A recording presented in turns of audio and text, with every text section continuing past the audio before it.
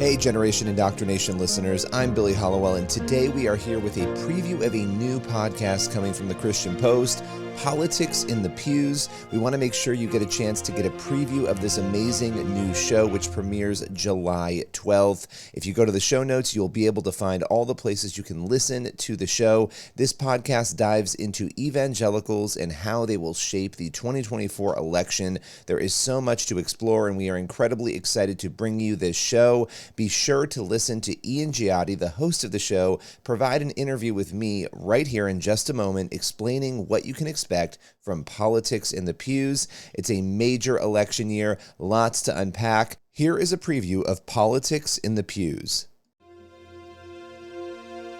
2024 is being called the biggest election year in history, and with good reason.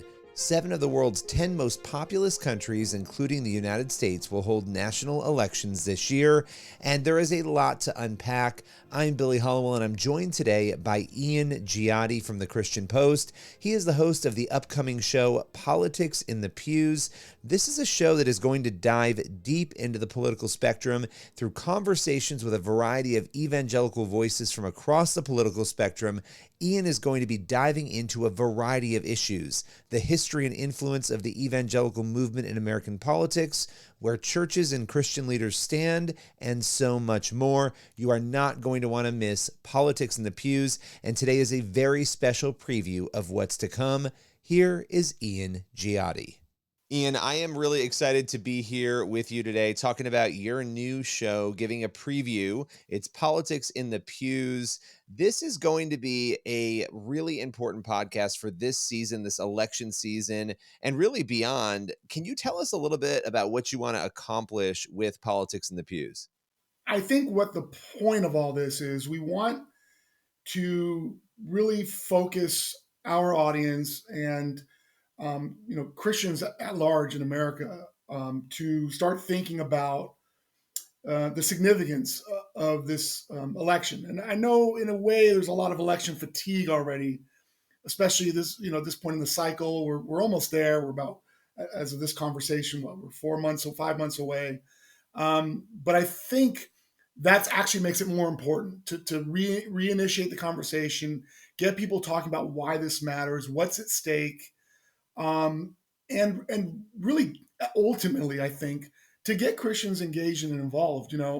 I know there was, as I spoke to all these different guests for this podcast, across the political and religious spectrum, right? What I found was that there was this underlying concern about engagement, making sure people know that they do have to come out and vote. They do have to make their voices heard, because we can't, at this point, take anything for granted. This is a very unusual election cycle, as everyone well knows, and it likely may get even more unusual as we go forward. So I just think it's important to press that home with not just the church, but really voters across the country. Yeah, I mean, there's so much at stake, and it's so complicated. And that's one thing that I love about Politics in the Pews is you're taking a documentary style look at some of these issues. What are some of the specific topics that you're going to be covering? Well, we want to kind of really hinge the entire event around 3 big ideas, or 3 big discussions. The first one is really kind of taking a look at where we've been as a country and as the church, the history of the religious right movement, for example, the moral majority, how evangelicals have influenced politics over the last half century, and then kind of taking the pulse of the church with just a few weeks to go at that point when our event takes place before the 2024 election, why this election matters, what's at stake. People understand that, they're so used to hearing this could be the most important election of your lifetime. Well, I think there's a sense now that as election integrity becomes in itself a huge conversation, people are aware of that. Wow, if we ignore this right, really this privilege and this right to go cast our vote, that could be something that we lose at some point. And so I think that really that first panel is going to be taking a look at where we are, where we've been as a movement, right, as the evangelical church, and then where we're going. The second panel is going to look at this this notion, this what our senior managing editor calls the red herring of Christian nationalism, and this discussion around what it is, what it isn't, why how it's being used to bludgeon the church and silence the church versus the concerns within the church about what it may be and how it may look, if practically applied. And then hand in hand with that, of course, is a conversation around, former President Donald Trump, who is the presumed GOP nominee at this point, and how that all fits together, what a second Trump administration would mean for the church, what it would mean for all sorts of topics, including Christian nationalism. And so that's gonna be a really dynamic and interesting conversation. And then the last panel is going to focus on primarily religious liberty, religious freedom, where we are in this country. This is a one of those topics that, while politics per se tends to divide Christians, I think across the spectrum, wherever you are, the church can really come together over this idea of religious liberty, and the headwinds that we might be facing here in America and across the world, really, as the church. And so I think that's a great way to kind of wrap the event up and the podcast series up and look at what it is that we're facing as a church. Yeah, I mean, there's so many issues. You're hitting on so many of them, at the event in the show, which I think is exciting. And obviously, one of the big questions people are going to have when you have a show like this, and you're diving in documentary style, you're hitting all these different issues. Who are some of the voices, maybe, that you could sort of tease, who are going to be involved in this show, in these episodes? Yeah, well, like we're still confirming, we're still confirming our finalized guest list, but I can share with you that we do have commitments from people like Ambassador Sam Brownback, who's been a huge voice on religious liberty. Kelly Shackelford with First Liberty Institute is going to be joining us, as well as a number of others that I'm really proud to announce, and we kind of want to keep under wraps just as we, will officially announce them. But these people are authoritative in these various conversations, and they're really going to bring some insight, practical insight, as to how we can apply these conversations to not just our vote, but really, our walk as Christians with the Lord, like how this looks going forward, not just into the election, but beyond the election. Day one after the election, how are we to conduct ourselves? How are we to engage with the culture? So it's going to be a really dynamic, I think, conversation. When it comes to the podcast itself, which topic, was the one for you internally? They're all really interesting topics, but that you were most interested in personally diving into? I think this conversation about Christian nationalism is so fascinating, because it really is a. There really are conflicting opinions by good people on both sides, if I can put it that way. You have a church that's divided over this notion of what is Christian nationalism. Should we? Shouldn't we? What does Scripture say about this idea? And there are really passionate, knowledgeable, spirit-filled people who have their views. And it's one of those things where I think we can kind of learn from one another, and in a way almost kind of stabilize and steady one another in our exploration of these topics. I learned a lot from talking to the different guests.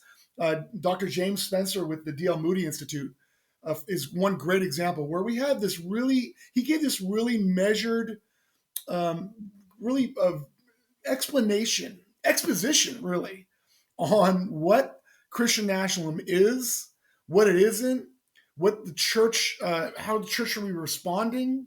And we need to have those conversations, because if we're going to move past the political sectarianism that's really taking up so much of our time, I think this is an important discussion for the church to not just to have, but to hear and then take back to our fellowships and apply. Yeah, at the end, and you sort of spoke to it there, but at the end of the day, when the event is done, when the podcast has aired, what are you hoping for the biggest impact in the hearts and minds of the people who have attended and also listened to the show? Well, first and foremost, I really want this to catalyze them to go. Okay, I know I'm sick of hearing the headlines and the political back and forth, but this has really made me serious about getting getting to the ballot box on election day, making sure that I do my part as an American citizen and voting. I think that's super important, and that I think that's the primary reason we're there is just to make sure Christians understand. Please go out and vote, regardless of what you may think about election integrity, regardless of what you may think about all that's going on. Go and carry out our civic duty.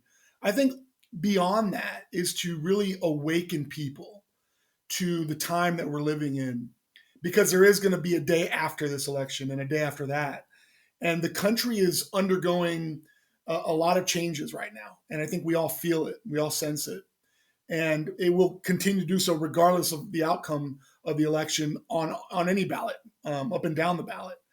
Um, but I think we, as the body of Christ, need to start thinking practically instead of just about Sunday morning and how we can come together that way. I think we need to start understanding what it looks like to apply what we learn through the word and in fellowship and take it into the world and into the culture, and time to get serious about the future of this country, because there's a lot of things at stake. It really isn't just a talking point. I think we can sense that, we feel it, and I think it's time to get to work.